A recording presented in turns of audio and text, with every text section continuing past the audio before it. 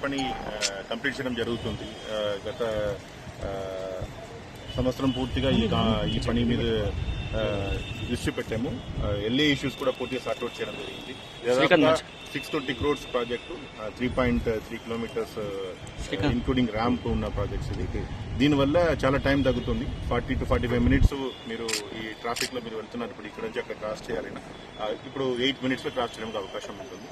చాలా మంది డైరెక్ట్ గా నల్గొండ వెళ్ళిన వాళ్ళకి ఇది చాలా ఈజీగా ఉంటుంది. దాంతోపాటు ఈ క్రూషియల్ జంక్షన్ లో సైదాబాద్ నుంచి హైదరాబాద్ వెళ్ళడం దానికి ఇది చాలా ఇంపార్టెంట్ ఫ్లైఓవర్. నెక్స్ట్ మంత్ లోపల పూర్తిగా కంప్లీట్ చేసే అవకాశం ఉంటాయి.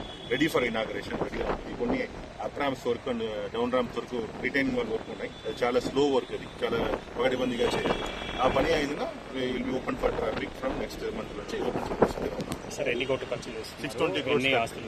620 crores ఖర్చు అయ్యింది. ఎల్ఏ ఎక్కువ అయింది. ఎల్ఏ మ్యాక్సిమం ఎల్ఏ వల్ల లేట్ అయింది. కొన్ని కేసెస్ వల్ల, కొన్ని టెంపుల్ ఇష్యూస్ వల్ల, కొన్ని రిలీజియస్ ఇష్యూస్ వల్ల కొన్ని లేట్ అయింది. అన్ని సార్ట్అవుట్ చేసుకుని లాస్ట్ 1 year గా ఇది చాలా ఫాస్ట్ గా జరిగింది. దాని ముందు 30%, 40% వరకు ఉంది.